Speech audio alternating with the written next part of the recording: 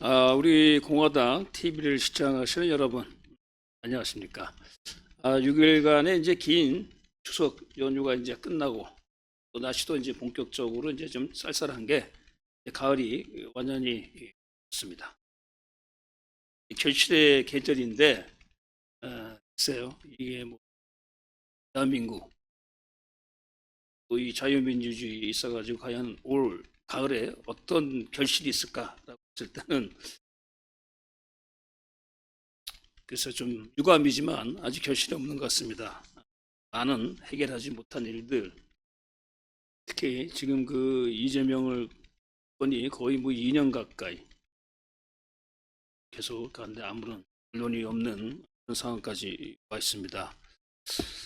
자, 그런 상황 속에서 이제 뭐 총선이 이제 한 6개월 앞으로 다가오니까 다 모든 게 다 이제 그쪽으로 쏠려가는 그런 느낌을 갖습니다. 그렇게 되면은 결국은 우리가 이 대한민국 살릴 수 있는 그런 일들이 또 선거에 밀려가지고 지부지 되거나 우선순위에서 또 밀려날 수 있다. 뭐 그런 어떤 우려감을 가지지 않을 수가 없어요. 뭐 그런 점에서 우리 아스팔트 태극기 애국 국민 시민 자유 시민들이 또 할 수밖에 없습니다. 네, 그런 상황인 것 같습니다. 자, 오늘은 지난주에 이제 김일성의 그 해방 이전의 행적에 대해서 말씀을 드렸죠. 네.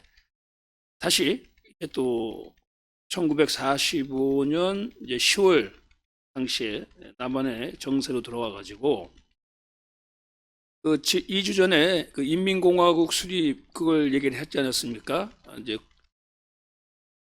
1945년 9월 6일 인민공화국이 이제 사실상 이제 여운형은 둘러리 역할만 하고 박헌영이 주도해가지고 이제 인민공화국 자칭 정부라고 하는 인민공화국을 이제 수립을 했죠.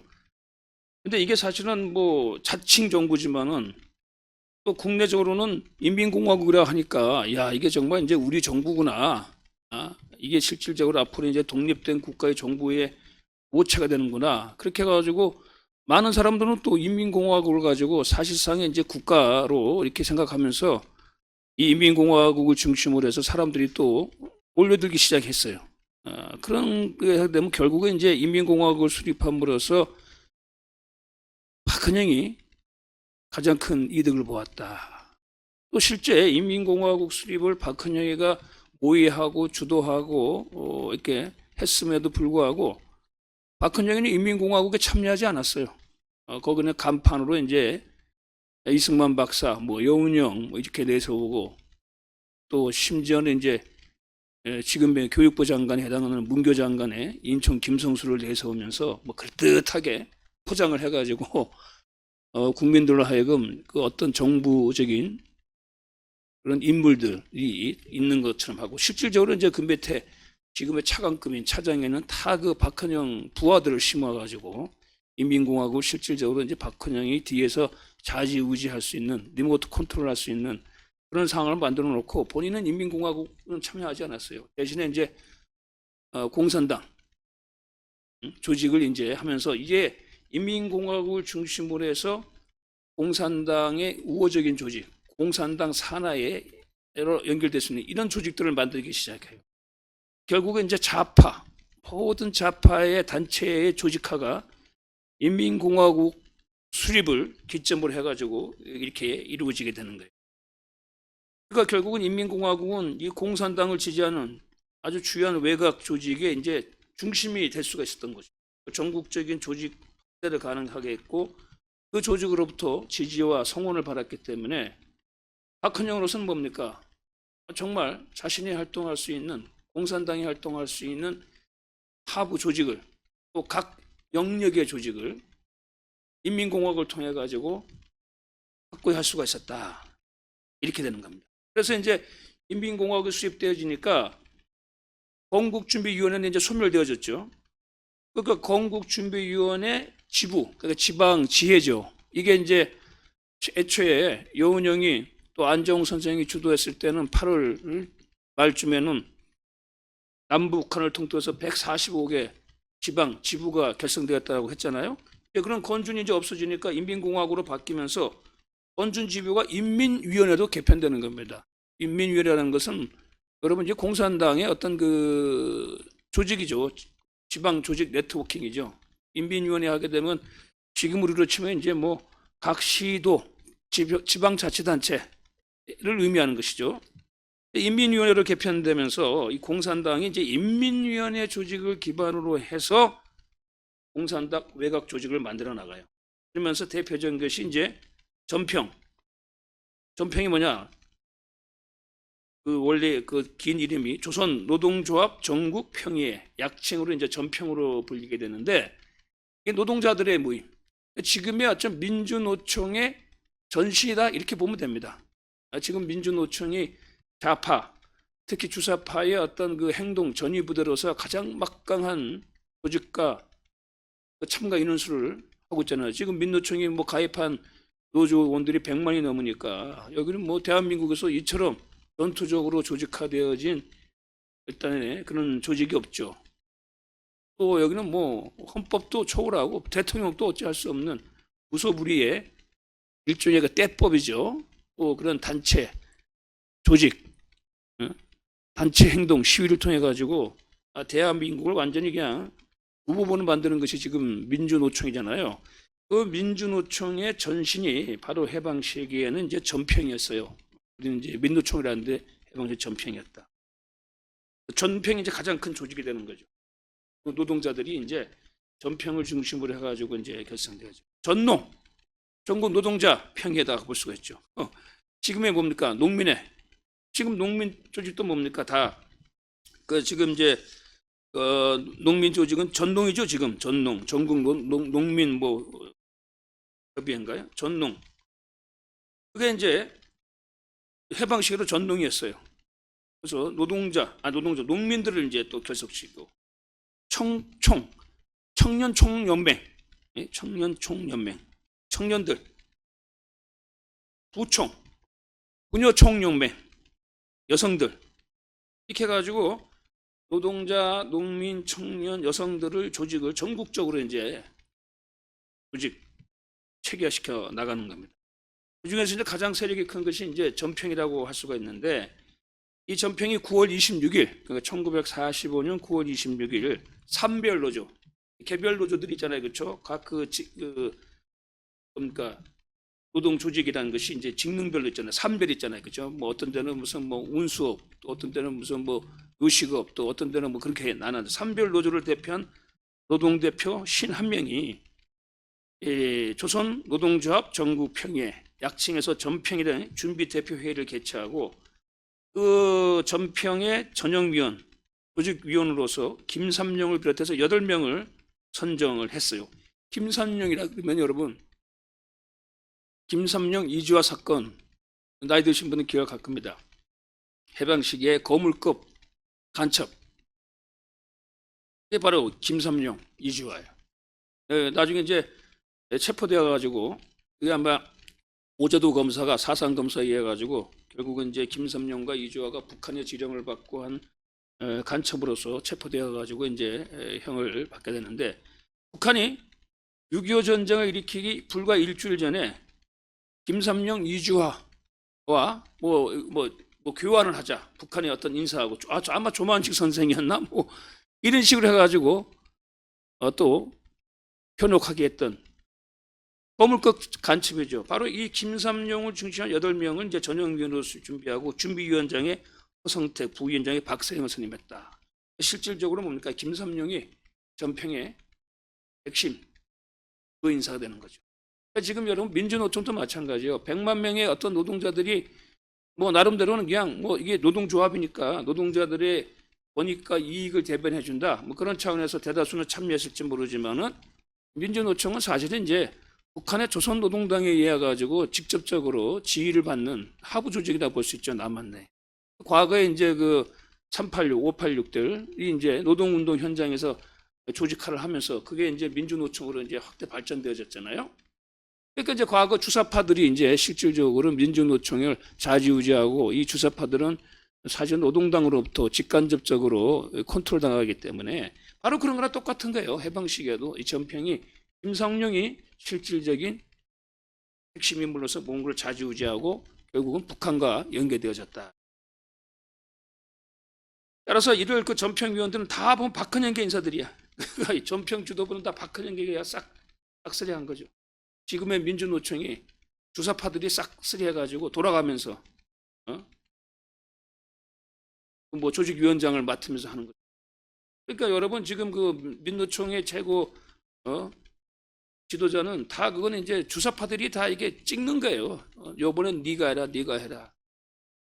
어떤 경우는 이제 노동운동을 해가지고 뭐 너가 요번에 깜빵에 가다 그러면 또 막 불법 시위를 하죠. 그래가지고 또 깜빵 가면 이제 누구로 대체하고 그런 식으로 철저하게 이 노총 지도자들은 사실 그 뒤에 있는 공산당 조직에 의해 가지고 인사가 좌지우지되기 때문에 그들의 어떤 꼭두각시죠. 그러니까 지금 민주노총 뭐 지금 그 위원장이 이제 뭐 또 결국은 뭐예요? 주사파 북한으로부터 그냥 지시를 받는 거예요. 필요하면 그냥 깜빵 가는 거고 대신에 이제 그걸 다 보장해 주죠. 가족들 뭐 개인의 이런 그 경제적인 문제는 다 그 조직에서 해주겠다. 그래서 그 우리 민주노총에 참여하고 있는 노조분들도 이제는 민노총의 실체를 알아야 됩니다. 해방 시기에 이게 전평이 박헌영계 전위 조직인 것처럼 지금의 어떤 민주노총은 주사파 북한 노동당의 전위 조직이라 남았네. 이걸 인식해야 돼요. 그렇다 그러면은 이 민주노총 있는 이 여러분들도 사실은 민주노총을 나와야 됩니다. 나와야 돼요. 또 하나 이거 한국노총 있잖아요. 원래 이 한국노총이 해방 시기에는 전평이나 이런 그 좌파 노동조합하고 싸웠던 우파 노동조합으로부터 시작되어졌는데 이게 한국노총도 어느 순간 워낙에 민주노총이 기세가 등등하니까 그거 이제 이중대로 전락해가지고 지금 한국노총은 완전히 뭐 민주당의 이중대가 됐기 때문에 민노총의 이중대가 됐기 때문에 별 의미가 없죠. 그렇게 된 겁니다. 그래서 민주노총 가입하는 그 노조원 여러분, 민주노총을 빨리 나오세요. 여러분의 권익을 지켜주지 않습니다. 여러분의 이익이 대변하지 않고 어디까지나 여러분들은 민주노총 그 위에 조선노동당의 어떤 정치적 이용물입니다. 그래서 필요하면은 분신하라고 하면 분신하고, 불법 시위 하라면 또 하는 거고. 여러분은 그 이용물밖에 되지 않는다. 절대로 민주노총이 대한민국 노동자들의 개개인의 삶을 책임져주고 뭐 그들을 위해서 희생하고 봉사하는 단체가 아니다라고 하는 본질을 분명하게 인식해 주기를 해방 시기의 전평인 것처럼. 그래서 이 전평준비위원회가 곧바로 전국 19지구에 지부를 두고 조직 확대를 해가지고 11월 5일 날에 이제 전국 대회를 열게 돼요. 전평 결성대회를 개최하게 돼요. 이 전평대가 11월 5일부터 6일 사이에 이틀 동안 시작했는데 한 2달 동안 한 달 반 동안 전국적인 조직망을 이제 구축을 해가지고 11월 5일, 6일 이틀 사이에 이제 서울에서 이제 소위 말하죠 결성 대회를 개최하게 되는데 이 전평 대회는 사실상 박헌영에 대한 당시 남한내 노동 조직들의 지지 대회를 방불케 했어요. 그래서 그 전평에서 몇 가지 4개 항을 결의를 했는데 그 4개 항의 결의 중에 하나가 장안파를 박멸하자. 장안파는 제가 얘기했죠. 해방 직후에 공산주의자들이 가장 먼저 종로 2가 장안빌딩에 모여가지고 공산당 재건을 기획했던 그게 장안파. 뒤늦게 이제 박헌영이가 다시 공산당 조직을 재건해서 만든 것이 재건파라고 했잖아요. 재건파들이 이제 장안파를 가지고 이제 압박하니까 그러니까 장안파들이 아직은 그래도 재건파와는 다르게 독자적으로 하니까 공산당 내의 섹터다, 분파주의다 해가지고 이제 그 장안파를 박멸하자. 노동조합 결성대회에 박헌영의 재건파하고 다투고 있는 장안파를 박멸하다 이런 주장이 나와요. 이런 것이 이제 결의문에 들어가게 되고 또 조선 무산 계급의 영수 박헌영의 감사의 메시지를 보내자 이런 것들이 이제 전평 결성대회 메시지에 4개항의 결의사항에 들어가는 거예요. 그러면서 이제 전평의 명예의장에 북한에 있는 김일성, 박헌영은 당연히 명예의장이고 북한의 김일성, 나온치온이 그 당시 뭐 세계 노동자 기구부 회장인가 그럴까요? 그리고 모택동도 여기다 명예의장에 추대했어요. 1945년 11월에면 아직 중국이 뭡니까? 국공이 아직 그 내전 상황이죠. 1948년도에 모택동 중화인민공화국 수립되니까. 그러니까 뭐 아주 노골적으로 그냥 모택동을 가지고 김일성, 박헌영과 함께 전평의 명예의장에 추대를 했다. 이걸 보게 되면 전평이 대놓고 뭡니까? 나는 공산당 하부 조직이다. 공산당이 어떤 행동 조직이다. 이걸 가지고 뭐 공공연하게 얘기한 거죠. 지금의 어떤 민주노총과 마찬가지로. 자, 그러면서 이 결의사항을 통해 가지고 그런 걸 네 가지를 했어요. 근데 이 당시 이 대회에 참가해서 보고된 전평 분해 인원수를 보게 되면은 제가 여기 그 자료가 있기 때문에 여러분에게 그걸 좀 읽어드리겠어요. 금속 노조, 그러니까 산별 노조니까 금속 노조에서 208분해, 그 전국적으로 208개 지역의 분해가 조직되어지고 그 노조에 26,756명 보고된 내용이. 철도 노조, 철도가 원래 가장 강력하죠. 노조에서는 모든 유럽에서의 노동운동은 다 이 철도 노동자들을 중심으로 해가지고 세력을 형성하죠. 한국도 마찬가지예요. 해방 시기도 그렇고 철도 노조들이 가장 강력했다. 그래서 제가 언젠가 방송을 한번 얘기했죠. 지금 여기 우리공화당이 위치하고 있는 이 당산동이 원래 이거 철도 기지창이 있었어요. 그래서 해방 직후에는 이 영등포 노동조합 철도 노조가 가장 강력했습니다. 근데 그 철도 노조는 그 당시 박헌영의 재건파가 장악하지 않고 장안파가 장악하고 있었어요. 그러니까 실질적으로 뭡니까? 노동조합 중에서 가장 세력이 크다고 하는 철도 노조, 영등포, 여기 당산동 여기 있었어요. 철도 기지가 있는. 그건 사실 장안파가 장악하고 있었는데, 이제 재건파들이 이제 그런 걸 이제 뺏어오려고 했던 것이죠. 그래서 철도 노조가 68분에 34,400명. 교통운수 노조 전국적으로 206분회에 53,600명. 방산 노조 84지회에 18,000여 명. 화학 노조가 18지회에 25,000명. 전기 노조가 35지회에 3,300명. 섬유 노조가 98지회에 15,000명. 통신이 6지회에 830명. 식료가 157회에 14,000명, 출판이 36개 지회에 4,500명, 또 일반 봉급자들 14개 지부에 9,457명. 자, 이렇게 보게 되면은 이게 상당히 조직이 세잖아요. 해방 직후에 해방된 지 불과 한 3달밖에 안 됐는데, 박헌영이 이제 뭡니까? 공산당을 지지하고 그 행동에 따라 쓸 수 있는 노조를 가지고 이렇게 각 산별로 해가지고 전국적인 세포 조직망을 갖추고 이게 많은 사람들이 여기에 참여하게 된 것이죠. 그러면서 이제 행동 강력으로 최저임금제 확보. 여러분 최저임금.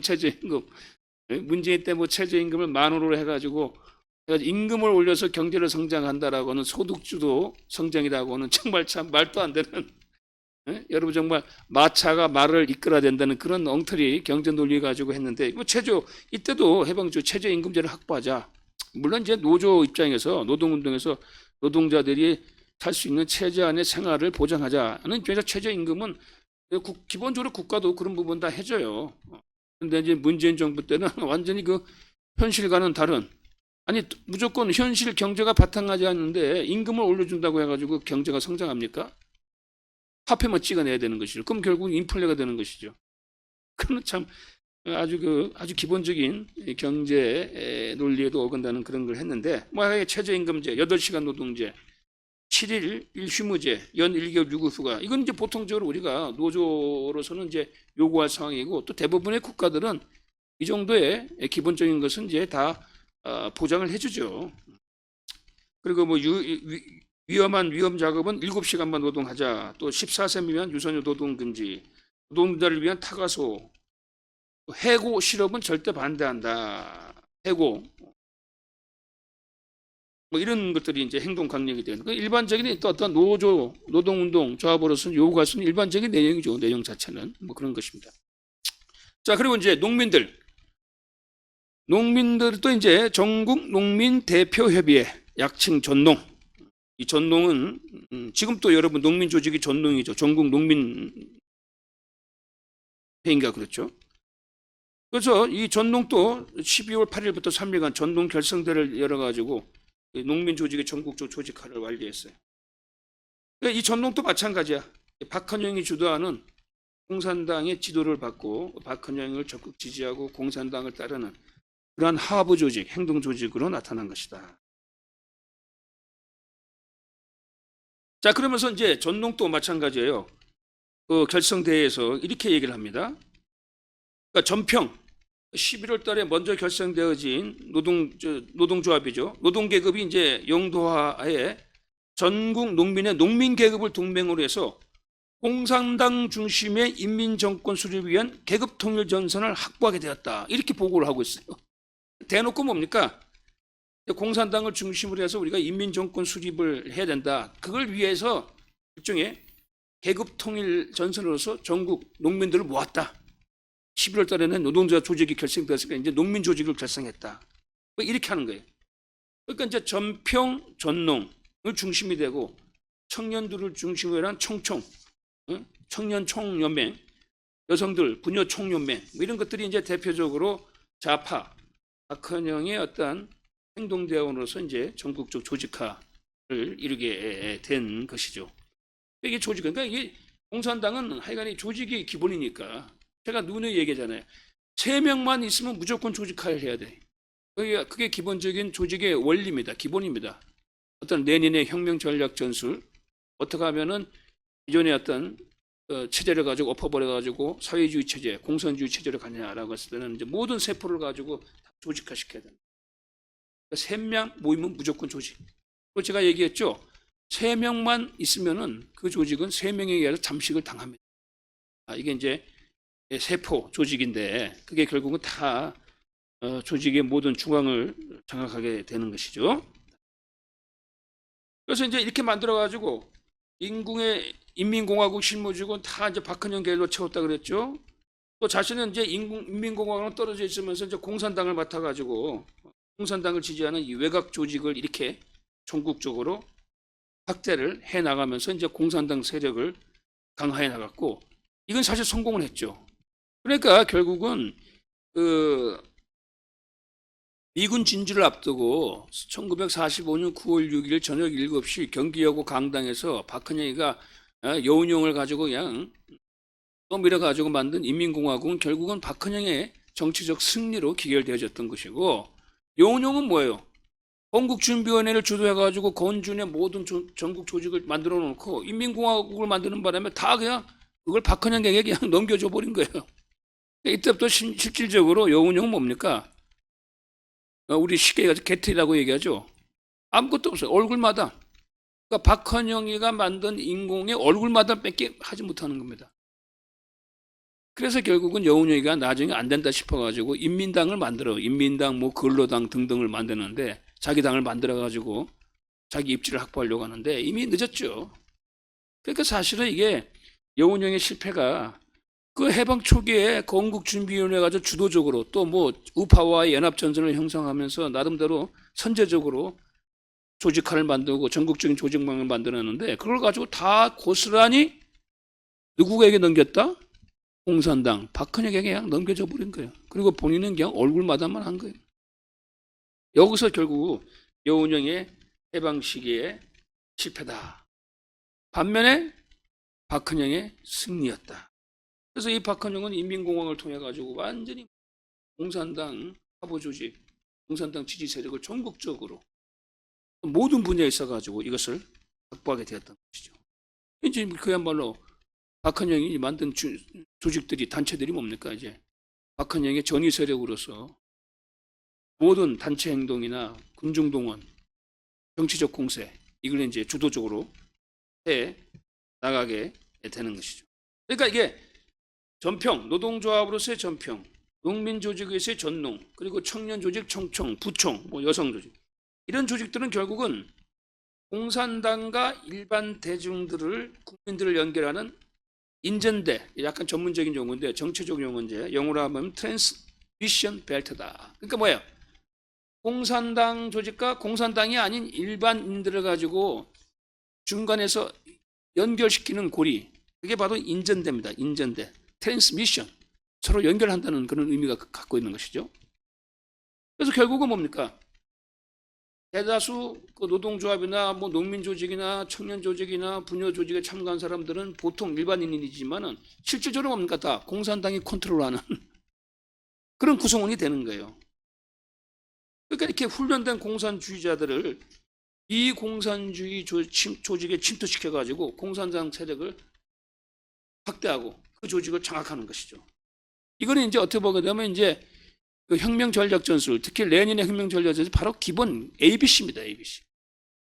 또 북한의 대남 전략 전술의 ABC고 그것이 이제 해방 이후 지금까지 한 70년 넘게 이상 구축해 왔고 결정적으로 이제 80년대 그 386 주사파 운동권 세력들이 이제 그런 민주화를 빙자해 가지고 사실상 사회주의 주체 사상 북한이 어떤 지령을 받는 그런 것들이 이제 지금 시대 와가지고 586으로서 그들이 권력 잡고 사회 각 분야의 모든 부분을 다 장악해가지고 지금의 대한민국을 만든 것 아니겠습니까?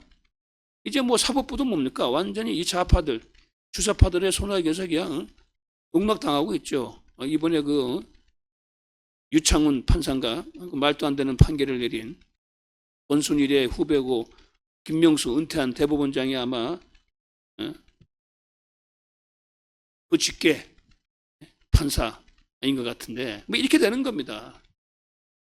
그래서 사실 이게 무서운 거죠, 사실은. 그러니까 선거에 의해 가지고 정권이 바뀌게 되면 이제 뭐 친북 정권이 들어선다 하게 되면 뭐 그건 또 상층부의 어떤 통일전선 전술이라고 하게 되면은 바로 이 하층부 대한민국의 어떤 그 일상 보통 사람들이 어떤 조직 단체를 가지고 이들이 다 장악하고 조직화시키고 그걸 가지고 이제 행동 대원으로 이용하게 되니까 완전히 대한민국이 뭡니까? 그야말로 자유민주주의라는 부분들 이 완전히 그냥 바람 앞에 촛불이 될 수밖에 없는 것이죠. 그렇다고 해가지고 지금 뭐 보수 정당이 제대로 역할을 하냐, 국민의힘이 제대로 역할을 하냐, 그것도 아니잖아요. 국민의힘뿐만 아니죠. 그 전신인 뭐 자유한국당, 새누리당도 그렇고 한나라당도 그렇고. 그러니까 지금 이게 뭐 대체할 수 있는 자유보수 정당이 없잖아요. 겨우 이제 우리가 박근혜 대통령의 탄핵 이후에 이제 아스팔트 태극기 세력을 중심으로 해가지고 이제 정치 세력화가 되기도 하고 우리 공화당도 그런 측면에서 제대로 된 자유민주주의 대한민국을 대표할 수 있는 보수 자유 정당을 만들자. 그렇게 해가지고 이제 대한애국당으로부터 해가지고 이제 우리 공화당으로 온 것 아니겠습니까? 그런 겁니다 이제. 지금 대한민국이 완전히 겨우 뭐 대통령 하나 바뀌었을 뿐이지 상황은 주사파들이 장악하고 있었던 문재인 정권 5년 전하고는 별로 5년간의 어떤 문재인 정권과는 별 차이가 없다. 왜냐하면 그것이 1987년 소위 민주화 이후에 30년 동안 진행되어 가지고 아예 곳곳에 이런 조직 단체들이 다 좌파, 주사파들의 손아귀에 장악되어 있기 때문에 해방 시기에 박헌영의 공산당이 모든 걸 장악했던 것처럼 지금도 마찬가지입니다. 여러분 보십시오. 대표적으로 민주노총, 그 농민, 전농, 또 그 빈민들, 그러니까 이래 무조건 조직화, 특히 사회에서 소위 약자라고 하는 그런 사람들을 가지고 온갖 사탕 발림으로 이제 그들의 이익을 대변한다 해가지고 그래서 전빈연이 있어요, 여러분. 빈민들, 전국 빈민연합이라고 있어요, 여러분. 공식적인 조직이에요. 이게 지금 좌파들. 빈민들, 가난한 사람들, 노점상들. 사실 요즘 노점상들은 또 실제 그렇게 가난하지도 않아요. 노점상들은 사실은 이렇게 임대료를 안 내면서 돈도 벌죠. 근데 하여간에 뭐 그렇게 보게 되면 그래도 약자에 속한다고 하니까 뭐 그런 사람들 이제 현혹시켜가지고 빈민들의 결사체인 전민련을 만들었죠. 언론 말할 것도 없죠. 언노련, 언론 노조, 언론 노조에 지금 완전히 뭐 거기에 KBS, MBC, 뭐 SBS, YTN, 연합뉴스 꽉 장악돼 있잖아요. 신문도 말할 것도 없고. 공무원들, 전국 공무원 노조. 대한민국에는 어떻게 공무원은 노조가 만들면 안 돼요, 대한민국은. 전공노, 공무원들도 이제 노조. 정교조. 뭐 정교조는 새삼 여러분에게 말할 필요 없죠. 그리고 이제 사법부에서는 민변, 민변이 꽉 장악했잖아요. 지금 또 민변이 꽉 장악하고 있잖아. 아직 문재인 때 사법 인사들이 아직 곳곳에 다 박혀 있잖아요. 김명수 대법원장 김명수가 심어놓은 그 민변 세력들이 지금 상급 재판 대법원을 비롯해 가지고 중간 2심, 1심 요번에 그 이재명이 구속을 기각시킨 그 영장 실질검사 담당 판사 곳곳에 박혀있기 때문에 사법부도 사실상 지금 그들이 장악하고 여기에다가 이제 최근에 이제 그 페미니즘, 젠더 해가지고 온갖 이제 여성 단체 운동이나 또 페미니즘, 동성애 이런 것 있잖아요. 이게 사실 이제 다 이제 보게 되면 좌파 시민 단체들이거든요. 이 사람들은 여성 운동이 아니라 젠더 운동을 한다거나 페미니즘을 한다거나 이런 것들은 어찌 보게 되면 무슨 정치 운동과는 별개인 것처럼 보여지지만 그렇지가 않아요. 이게 다 좌파들의 운동 연장선에서 연결되어 있는 겁니다. 기본적으로 자유주의적인, 보수주의적인 또 어떤 이성적인 이런 어떤 가치관과 의식을 완전히 혼돈시켜가지고 기존의 질서, 어떤 가치관을 붕괴시키기 위해서 그렇게 하는 겁니다. 그러면 지금 여러분 그 페미니즘, 뭐 젠더리즘 이런 운동, 여성 운동도의 어떤 극단적인 형태로 나타나는 건 다 보면 좌파들이 다 조절해요, 사실상. 과거 서구의 여성 운동도 그 시작은 사실 소련입니다. 소련에서 뭡니까? 그럼 미국의 시민 운동, 여성 조직에 침투해가지고 어떤 여성 운동을 해가지고 아주 극단적으로 그냥 남녀를 완전 대립적인 구도로 또 남자 여자를 별개의 그냥 그러니까 지금 여러분 뭔가 동성애까지 와가지고 또 이게 막 미국도 완전히 거기에 그냥 함몰당했잖아요. 또 유엔이 앞장서 있어요. 유엔의 소위 말해서 그런 뭐 인권 기구 조직 이런 데서 유엔이 문제가 그것이 기본권이나 인권, 인류에 이거 가서 기여한 부분도 있지만 지금은 뭡니까? 완전히 좌파들의 아젠다에 완전히 점령당해가지고 다 넘어가 버린 거예요. 그 이제 요즘은 섹슈얼 리리티라 하죠. 어떤 젠더 이론에서 뭡니까? 성도 뭐예요, 이제? 자기 주관이다. 내가 남성 여성이라는 것도 그거는 나의 의지와 상관없이 구분되어진 것이다. 내가 나의 성의 결정의 주체다. 그러니까 내가 어느 때는 지금은 남성이지만 어느 상황에서 내가 여성이라고 해도 여성 그래서 요즘 뭡니까? 미국에서 일부 우주에서는 뭐 중성 그저 비자란에 중성 그거 찍어주잖아요. 요즘 보통 뭐 비자란에 메일, 피메일, 남성, 여성이라고 하잖아요. 근데 중성 그걸 또 찍어줘, 중성. 이게 참 이건 세계적인 문제입니다. 유럽과 미국이 지금 붕괴되어지고 사회가 상당히 그 양극 어디요 갈등이 심해지고 가치관이 붕괴된 것이 바로 이런 극단적인 젠더 운동, 여성 운동이 기존의 가치관을 무너뜨린데 그 배경에는 사실은 좌파들이 다 있어요. 젠더 운동의 시작도 보면 막스 레닌, 엥게스, 막스 엥게스 사상이 기반을 두고 있습니다. 유물론적 관점에서 그것이 쭉 이제 1960년대 당시 이제 신사회 운동 또 유럽에서의 어떤 그런 인권 운동 이런 걸 통해 가지고 이제 표출되어지고 그리고 2000년대 이후에 이제 젠더, 페미니즘 이런 걸 해가지고 지금까지 쭉 이어져 오고 있는 거예요. 그러니까 좌파 시민단체들 어떻게 보게 되면 뭐 정치와는 상관없는 듯한 그런 것도 사실은 다 긴밀하게 연결되어 있고 그 뒷배우는 다 좌파, 한국에서는 주사파들이 다 핸들링하는 것이다.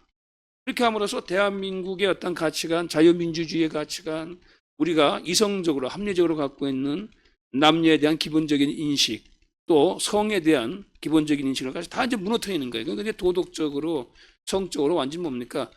혼돈케 해가지고 결국은 뭡니까? 사회를 가지고 완전히 붕괴시키는 거죠, 결국은. 정신적으로 이제 뭡니까? 완전히 어떤 그 기준이 없이. 그런 것들이 사실 보게 되면 다 이 좌파의 어떤 조직화, 조직 세력, 그거와 다 연관되어 있는 겁니다. 이걸 우리가 알아야 돼요. 여러분들이 어피 우리가 뭐 그 아스팔트 운동을 하면서 뭐 주사파들은 잘 알죠. 또 촛불과 같은 그런 뭐 세력들은 잘 알고 있지만은 다른 한편으로 또 심각한 분이 바로 그런 그 젠더.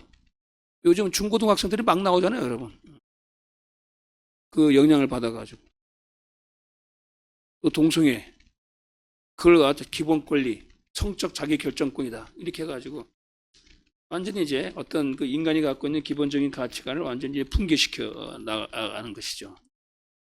뭐 그런 것들이 있는데 바로 이런 겁니다. 이런 식으로 해가지고 결국 이제 그 전국적인 조직화, 세력화를 이루게 됨으로써 1945년 이제 10월 가을쯤 되게 되면은 당시 남한은 뭡니까? 박헌영 공산당 세력이 가장 강력한 조직과 단체 거기에 참여하고 있는 다수의 인원들을 확보하게 되는 것입니다. 지금의 대한민국과 마찬가지예요. 지금의 대한민국의 사회 각 분야 모든 부분들은 다 이제 좌파들이 장악하고 있잖아요. 그걸 가지고 이제 우리가 흔히 이제 그람시가 얘기한 진지전이다. 뭐 그게 사실은 이제 우리가 정치학에서 또 정치 사상이나 또 비교 정치에서 많이 배우고 하는데 어찌 보면 전문적인 용어죠. 그런데 이제 우리 일반인들은 다 알죠. 아스팔트 나온 분들은 그람시 진지전이라면 이제 다들 알고 있을 거예요. 좌파들이 사회 곳곳에 그들의 세력, 조직을 확보해가지고 정말 사회를 이제 서서히 합법적인 방법으로 기존의 어떤 제도적인 틀을 이용해가지고 이제 사회주의 좌파로 바뀌어나가는 뭐 그런 것들이 이제 그람시가 얘기한 이제 진지전이다. 그러니까 이제 레닌처럼 뭐 노동자들이 걸게 해가지고 프롤레타리아 노동자 혁명을 통해 가지고 단번에 국가 정부를 전복시켜서 나가는 거는 유럽에서는 맞지가 않다. 러시아에서는 가능했을지 모르지만 그렇게 해가지고 그 이태리 정치인인 그람시가 뭐예요? 그 발달되어진 자본주의 선진 산업 국가를 가지고 어떻게 하면 공산화시키냐라고 했을 때 바로 만든 것이 진지전이에요. 소위 말해서 자본주의 사회의 가치관 또 어떤 그 헤게모니 전통을 가지고 사회주의로 대체해 나가는 그걸 이제 사회 모든 섹터 분야에다가 공산주의 사회주의를 침투해 가지고 기존의 자유민주주의적 제도 체제하에서 그것을 사회주의 내용으로 대체해 나가자라고 하는 것이 이제 어찌 보게 되면 그람시의 진지전의 기본 개념이라고 할 수 있는데 바로 대한민국이 이제 바로 그런 그람시의 진지전이 대표적으로 성공한 나라죠. 그게 이제 1987년 우리가 흔히 얘기하는 민주화 이후에 좌파들, 주사파들이 한 40년 가까이 그런 진지를 대한민국 곳곳에 구축을 해놨기 때문에 지금 대한민국이 완전히 이런 상황까지 오게 된 것입니다. 그런 것들이 사실은 해방 직후 1945년 10월 달에 이미 박헌영 공산당에 의해 가지고 당시 남한 또 그런 상황에까지 갔다. 그러니까 이제 흔히 우리가 얘기하는 보수 우파는 조직력이 약하다 하겠는데 그럴 수밖에요. 왜냐하면 좌파는 뚜렷한 목적이 있잖아요. 기존의 사회체제를 엎어야 자유민주주의를 사회주의 공산주의로 대체를 해야 된다. 기존의 기득권자를 뭐 있는 자들 소위 부르주아를 타도해야 된다.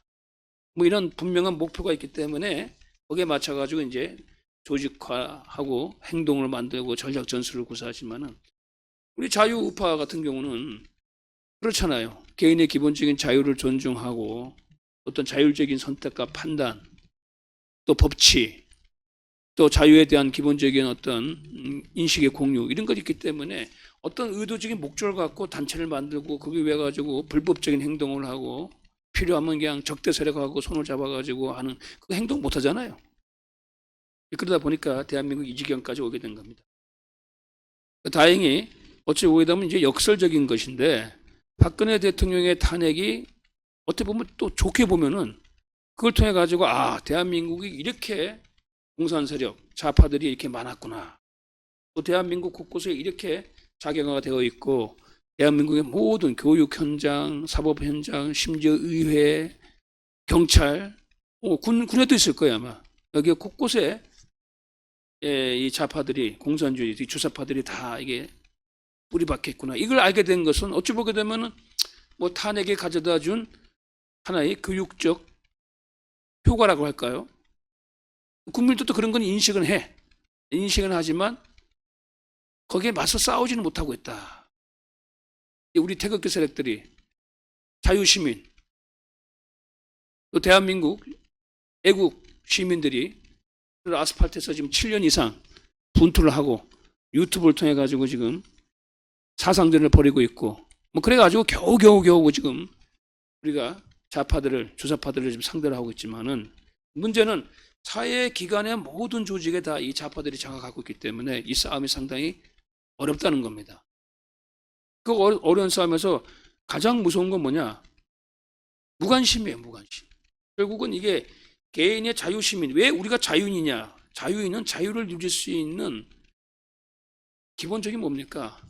인식과 판단 능력과 자유를 침해하는 반자유 세력들에 싸우겠다는 이 각오가 있어야 돼요. 그게 없어. 뭐 내일이 아닌데 뭐 내 먹고 사는 문제하고는 상관이 없는데 뭐.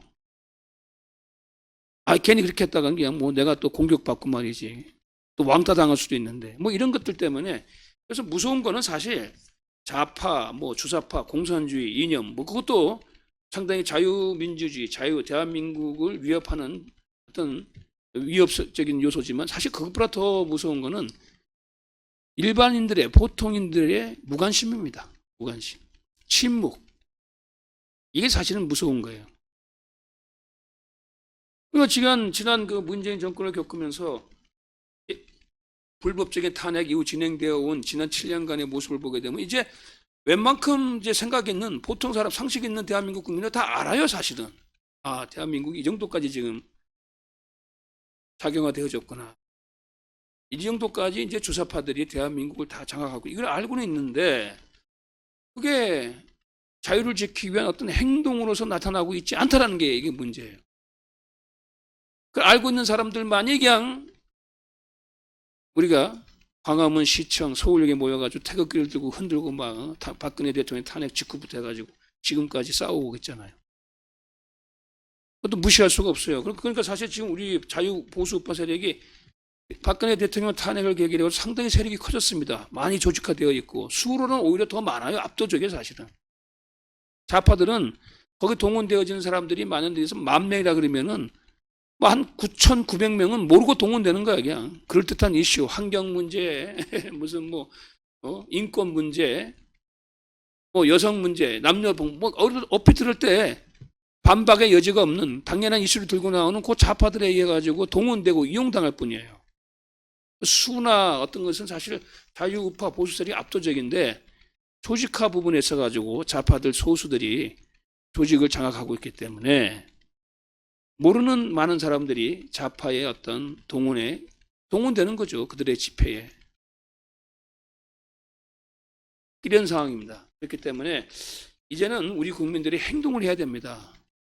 여러분이 누리고 있는 이 자유, 물질적인 풍요, 혜택 이런 것들을 지금 위협하고 그걸 어떻게 하든 간에 무너뜨리고 뺏어가려고 하는 세력들이 이렇게 대한민국에 어마어마하게 지금 구축되어 있는데 얼핏 보게 되면 전체적으로 보게 되면 우리 대한민국 국민이 한 40%가 그 범위 안에 있어요.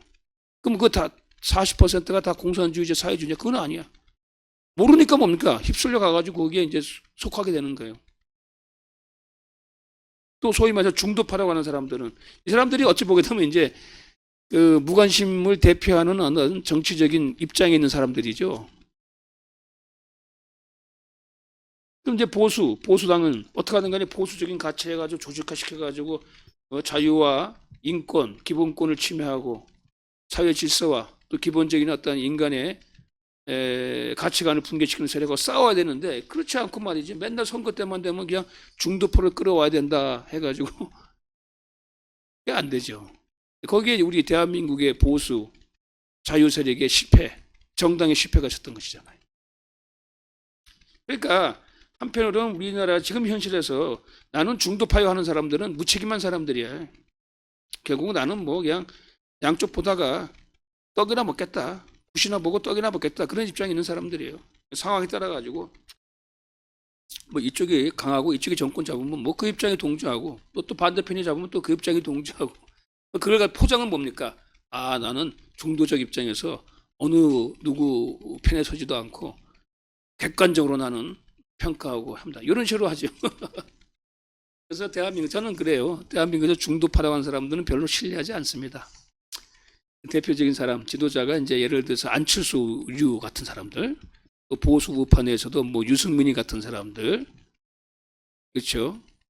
유승민유 같은 사람들, 탄핵파들, 그렇죠? 이런 사람들 보게 되면 스스로 그런 얘기예요. 아, 우리가 꼴보수, 뭐 보수도 개혁해야 된다. 개혁적 보수를 내세우면서 중도를 다 자처하잖아요. 근데 실질적으로 그들은 이제 좌파들의 이제 이중대죠. 아니면 정말 극좌파, 주사파, 반대한 민국과 싸울 때는 침묵하거나 나 몰라라고 하는 것이죠. 방관자들. 바로 방관자들이 더 무서운 거예요. 공산주의자, 뭐 주체사상, 반대한 민국 세력보다 더 사실은 문제가 되고 하는 것이 바로 이 방관파들, 수수방관하는 사람. 뭐, 뭐 생활 편하고 돈 많이 벌고 뭐 우리 가족들 편하게 살면 되지.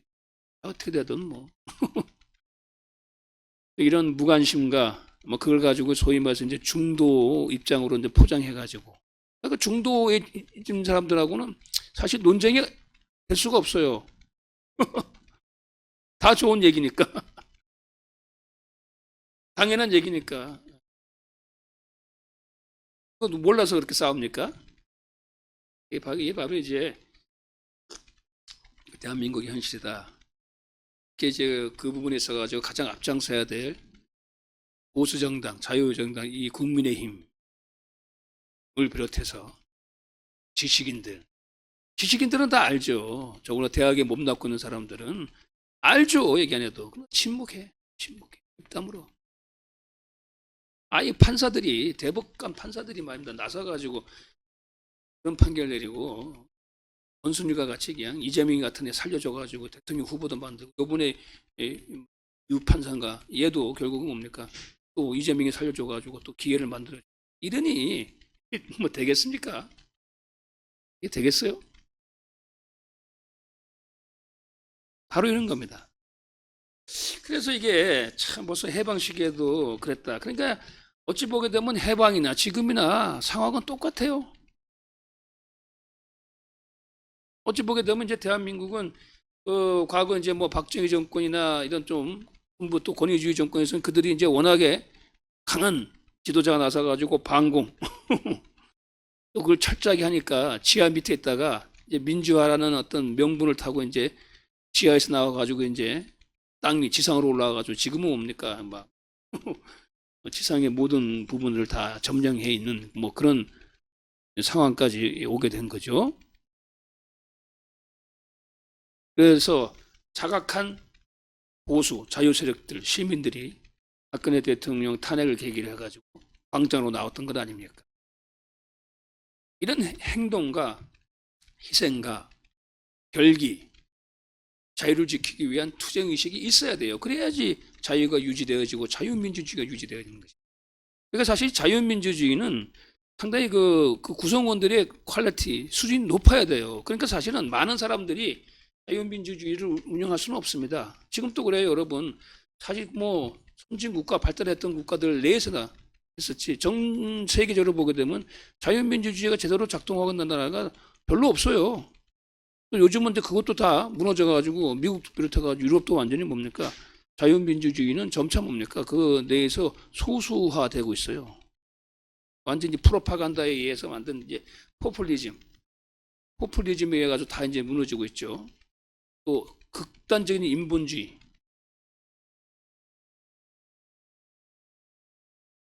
이런 부분들을 해가지고 다 무너지잖아요. 그나마 대한민국이 이 정도로 지금 버티고 있는 겁니다. 우리가 어떤 주체사상이나 주사파 공산주의 세력들에 대한 뭐 이념투쟁뿐만 아니라 지금 그래도 뭐 전 세계적인 현상이다, 특히 선진국의 현상이라 할 수 있는 젠더 운동, 극단적인 페미니즘 이런 세력들하고 그래도 버티고 있잖아요. 대한민국 싸우고 있잖아요. 근데 그런 걸 보게 되면은 대한민국이 이런 좌파, 주사파의 싸움에서 이기고 나가게 되면 제가 봐가지고 향후 21세기는 대한민국이 주도할 수 있는 어떤 콘텐츠가 상당히 우리가 지금 만들어 나가는 것이 아닌가 그렇게 생각을 합니다. 그러니까 우리 태극기 또 아스팔트 세력들은 절대 주눅들 필요가 없어요. 콘텐츠로 사실은 어찌 보게 되면 우리 대한민국 내에 좌파와 싸우는 것도 있지만 한편으로는 전 세계적인 어떤 좌파 세력들 또 좌파와 연관되어진 그런 가치관을 갖고 있는 사회운동, 시민 세력, 그 뒤에 있는 국가 세력하고 우리가 싸우는 겁니다.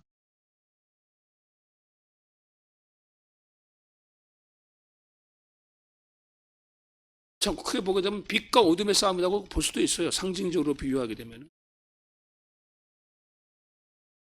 지금 대한민국에서 소위 좌파들, 저 개딸들이 이게 제정신이 갖고 있는 사람들 봐가지고 그게 말이 됩니까? 노예죠. 완전히 뭐라네요. 어?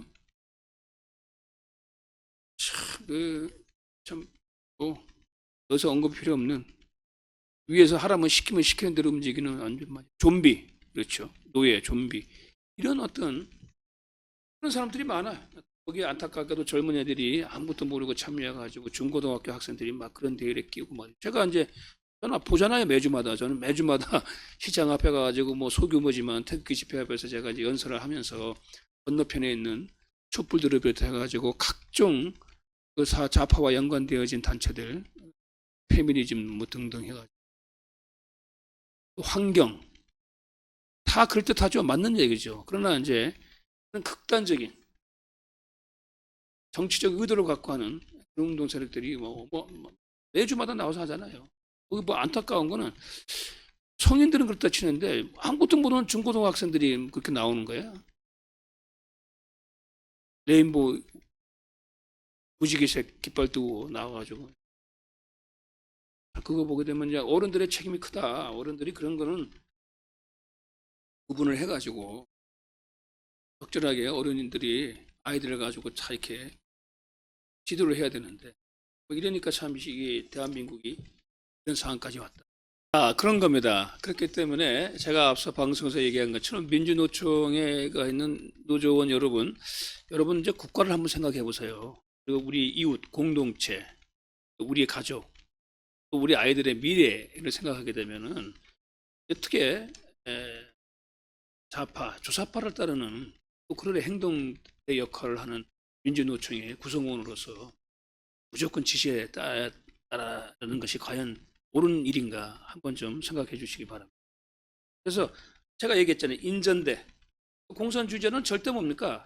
자기 본질은 노출 안 해요. 항상 지하, 보이지 않게 뒤에서 하면서 많은 다수들을 가지고 선전선동으로 현혹시켜가지고 결국은 그들의 하순위를 만드는 겁니다. 그게 인전대 역할이라고 하죠. 인전대. 이런 부분들은 당시 그 미 군정에서도 파악하고 있었어요. 미 군정의 그 버치중위가 이제 미 군정에서 그 당시 이제 한국의 정치 상황을 분석하고 이제 레포트를 하는 분이었는데 이 버치중위가 그래서 인공은 형식상으로는 공산당과 별개의 비당파적, 그렇죠. 정부적인 국가적인 어떤 형식을 유지를 하지만 실질적으로 뭡니까? 공산당이 다 뒤에서 머니플레이션 조직하는 것이다. 그러니까 미군정의 버치중위도 그 인민공화국의 실체를 안 거예요. 그 배후에는 공산당, 박헌영이가 모든 걸 다 좌지우지해요. 그러면서 형식상으로는 서로 별개지만은 사실상 공산당이 장악하고. 그래서 또 버치중위 같은 경우는 기존의 사회단체, 당시 남한의 사회단체, 혁명단체, 농민조합 이것들이 이제 결국 지역 정부의 역할을 하면서 이것이 인민공화국에 편입되어 가겠다. 자, 이게 잘 본 거예요, 사실은. 그 역할을 공산주의자들이 중개하고 있다. 그러니까 버치가 미군정에서 버치중위도 뭡니까? 당시 대한민국의 정치 현실의 본질을 이미 읽고 있었던 거예요. 자, 이 얘기가 중요한 겁니다. 사회단체, 혁명단체, 농민조합 등이 지역 정부의 역할을 하고 있다. 지역 정부. 이게 사실 무서운 얘기야. 그러니까 앞서 얘기했잖아요. 벌써 인민공화국이 하면서 인민위원회를 만들었잖아요. 그 인민위원회가 지금의 지방자치정부야, 여러분. 그럼 지금 대한민국은 어떠냐? 마찬가지입니다. 그래서 저는 이게 우리가 뭐 지방자치가 지방자치는 뭐 민주주의의 꽃이요, 민주주의의 성숙의 발전이요, 다 좋아요. 지방자치가 자치단체, 지방자치가 잘 되려면 그거는 수준이 높아야 돼요. 그러니까 사실은 그건 소수의 발달되어진 민주주의, 자유민주주의 국가에서나 사실 제대로 운영이 가능하지. 그렇지 않은 나라에서는 지방자치는 파편화되어져.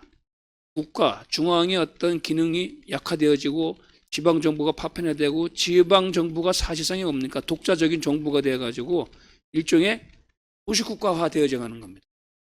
또 지방정부가 하는 걸 가지고 중앙정부가 제대로 감시도 못해. 그렇잖아요, 여러분. 지금 대한민국 자치단체가 234개인데 이들은 완전히 독립된 거예요. 그냥. 그 안에서 무슨 일이 벌어지고 있는지, 지방자치단체에서 하는 일이 무엇인지 그 제대로 뭡니까? 확인도 안 돼.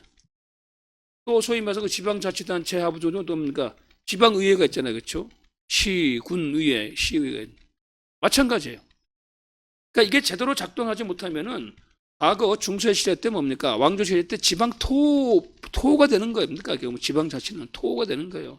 지방자치단체장 또 그와 같이 연계되어 있는 지방자치 유력 인사들 또 뭐 의원들, 자치단체 의원들 다 뭡니까? 제대로 운영이 안 되면은 소위 말해가지고 토 세력들이에요. 토 세력. 지방에 완전히 뭡니까? 이익 세력들, 이익 집단이 돼가지고 시내끼리 뭡니까? 이익을 공유하고 하는 겁니다. 대한민국이 그런 상황이에요. 더 무서운 거는 대한민국의 지방자치단체에 좌파들, 시민단체들이 침투해가지고 사실상 인민위원회화하고 있다는 겁니다. 인민위원회화하고 있다. 이게 바로 연방제입니다, 여러분. 북한이 낮은 단계 연방제 얘기하잖아요. 그러면 나중에 제가 남북한의 통일 방안에 대해 가지고 한번 또 이게 상당히 좀 어려운 내용이고 또 상당히 세부적인 내용이기 때문에 지금 여러분에게 전달할 수는 없지만은 북한이 주장하는 것이 연방제잖아요. 연방제. 이 연방제는 미리 얘기하지만은 체제가 다고 이념다른데 연방 국가는 될 수가 없죠. 지금 뭐 미국이나 뭐 독일이나 네덜란드나 뭐 많은 나라들이 연방 국가지만 기본적으로 연방 국가는 체제의 동질성을 바탕으로 해가지고 운영되어지는 그야말로 그 자치 형태의 정부 운영이죠. 국가 운영이죠. 근데 남과 북이 전혀 이념이 다른데 무슨 연방입니까? 그러니까 북한이 낮은 단계 연방제를 해가지고 각자 체제를 유지하면서 중앙정부만 만들어보자. 이게 연방제란 말이야. 낮은 단계 연방제를 하고 있는데 그 낮은 단계 연방제가 지금 대한민국의 많은 부분 현실화되어졌다. 지금 작동되어지고 있다. 그러니까 지금 234개 자치단체 가운데 많은 적지 않은 자치단체들이 다 시민단체, 좌파 시민단체 조직들 다 장악했어요. 그들이 무슨 주민자치위원회, 뭐 주민회의니 뭐 이런 등등의 명목 다 침투해가지고 자치단체에 많은 예산이 좌파들 활동자금으로 다 유입되고 있습니다. 또 그 뭐 소위 뭐 사회적 기업이니 무슨 각종 조합 또 청년 지원 이런 부분은 다 이제 좌파들이 들어가가지고 그게 이제 문제되었던 것이 문재인 정부 때 만든 주민자치기본법이었잖아요, 그렇죠? 그 성북구청을 했던 김명배 구청장이 의원이 돼가지고 제안한 법안인데 그게 사실 주민자치법안이 핵심이 인민위원회를 만드는 거예요. 지방자치단체를 가지고 인민위원회를 만드는 거예요. 거기 좌파 시민단체들이 다 거기 들어가가지고 소위 말해서 그 자치단체의 어떤 조례 이런 거 다 바꿔가지고 그러니까 지방자치단체의 각종 뭐 조례 우리 법적인 것이 다 보면 자세히 보게 되면 헌법과는 배치되는 게 많아요. 근데 그게 제대로 확인이 안 되고 체크가 안 되죠.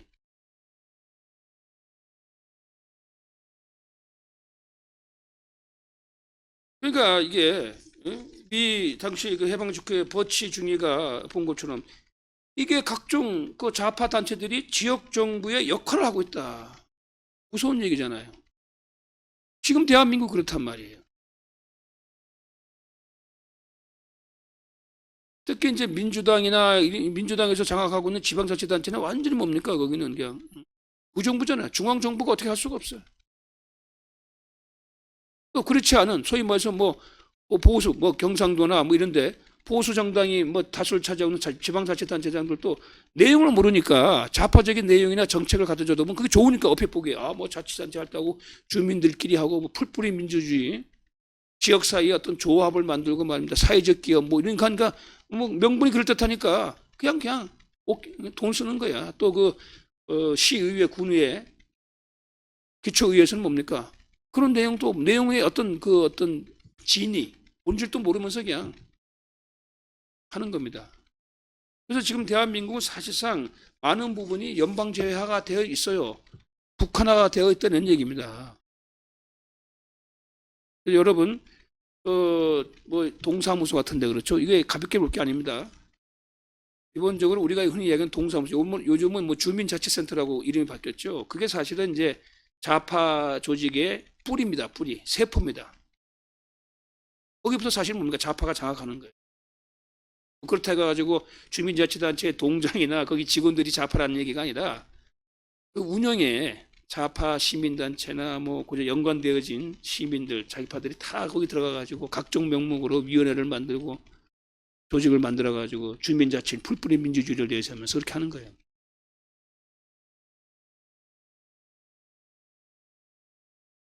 제가 봐가지고는 대한민국은 자치단체를 할 수 있는 국민적 역량이 아직 거기까지 안 돼요. 더구나 남북 하나의 대치되고 있는 상황 속에서는 북한으로 하여금 뭡니까?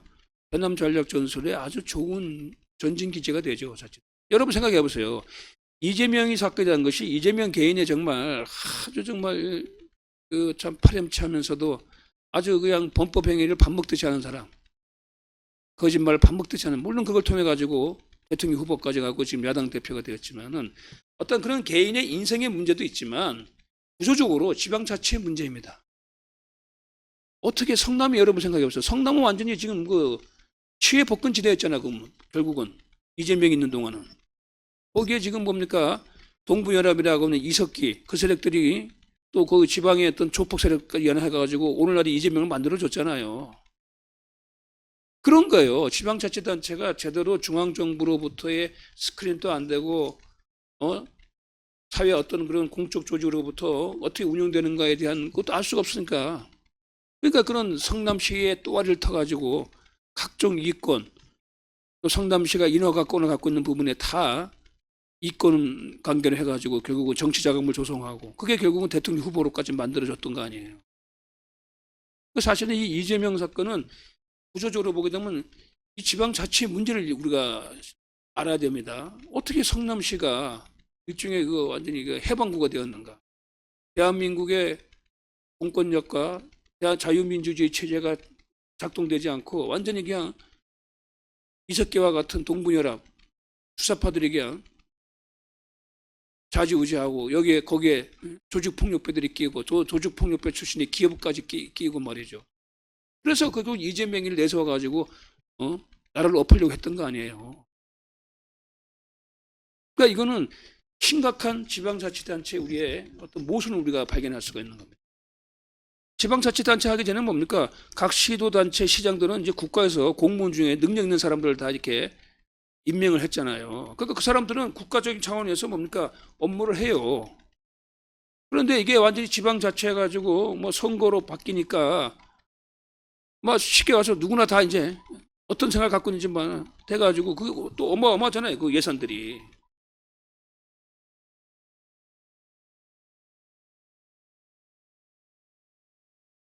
견제받지도 않고. 우리가 요즘 여러분 보세요.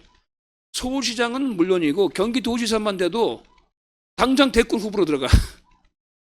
그러니까 왜 대통령 선거가 이렇게 희화화되어지고 갈수록 대통령 선거나 대통령 후보자들의 질이 낮아지는가 하게 되면 바로 그런 겁니다. 과거에는 그냥 뭐 능력 있는 공무원, 잘하는 공무원들이 그냥 도지사가 되고 시장이 되고 군수가 되고 했는데 지금은 뭡니까? 어떤 의도인지 모르지만 하여간에 표만 많이 얻으면 누구나 다 도지사가 되고 시장이 되고 군수가 되니까 거기에 이제 이런 이재명 같은 사람이 이제 또아리를 트고 거기 주변에 이제 좌파들, 주사파들이 이제 달라붙고 음지 세력들, 조폭 세력까지 달라붙게 되면 그럼 이재명이 그러니까 이재명 제2, 제3의 이재명이 충분히 나올 수 있는 것이 지금 대한민국 자치단체, 지방자치의 현실이다. 이렇게 보면 맞는 얘기입니다.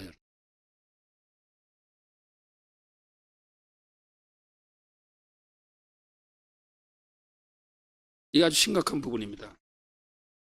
그래서 여러분들이 우리 그냥 뭐 보통 사람들이 관심이 있습니까?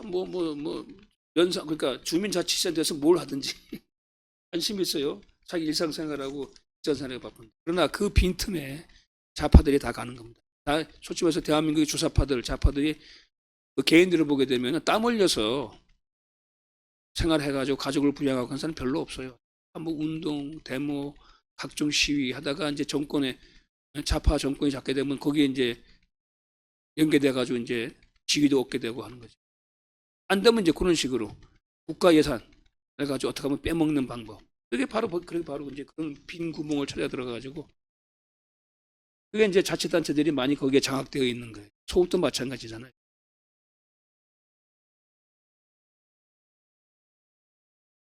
예를 들어서 저쪽 마포구의 성미산인가요? 거기는 완전히 좌파들의 소위 말해서 그 공산주의 사회의 어떤 그 실험장이 됐잖아요. 그 박원순 때부터 해가 이렇게 가는 겁니다. 그러니까 결론은 그거예요. 보통 사람들이 무관심할 때 오직 나의 일상과 내 가족과 나의 그것만 이런 어떤 부분들에 가지고 사회의 정말 이런 병리적인 현상, 또 우리의 자유와 재산과 가치관을 무너뜨리려고 하는 파괴시키려고 하는 세력들에 대해 가지고 무관심하고 그들과의 어떤 그런 투쟁 의지가 없는 행동하지 않는 이 시민들이 결국은 뭡니까? 그 나라를 망가뜨리는 거예요. 다시 얘기하지만 좌파는 내면적으로 좌파 인사는 그렇게 많지가 않아요. 그러나 소수의 의식화되어지고 조직화되고 트레이닝되어지고 북한과 연계되어 있는 이런 사람들이 해가지고 무지한 사람들 속에 휩쓸려가지고 동원되고 이용되고 그러다 보니까 대한민국이 이런 상황까지 된 것입니다. 자, 오늘은 여러분에게 인민공화국을 통해서 박헌영의 좌파 공산당이 어떻게 전국적인 조직화를 하게 됐는가 하는 부분에 대해서 말씀을 드리면서 그 상황이 지금의 대한민국 상황하고 너무나 유사하다라고 하는 것을 여러분에게 제가 제3, 제4 강조하는 내용으로 방송을 진행을 했습니다. 이 방송이 해방 직후의 상황뿐만 아니라 지금의 상황과 오버랩되어져 가지고 지금 상황도 똑같은 상황이다 하는 부분들을 여러분이 인지를 하고 제가 강조한 것처럼 그런 어떤 분별할 수 있는 또 더 이상 우리가 그 개인의 어떤 거기에 안주하지 말고 좀 이렇게 침묵하지 말고 알면서도 그냥 입 다무지 말고 또 상황에 따라서 처신하지 말고 나와 우리 가족과 내 공동체 우리 사회 대한민국 자유민주주의 이것을 지킬 수 있는 열기를 갖고 필요하면 싸우고 투쟁해 나가 그러한 시민이 되어야 되겠다. 그런 국민이 되어야겠다. 그런 개인이 되어야겠다. 그것을 여러분에게 강조하면서 오늘 방송 여기서 마무리. 방송 함께해 주신 여러분 고맙습니다.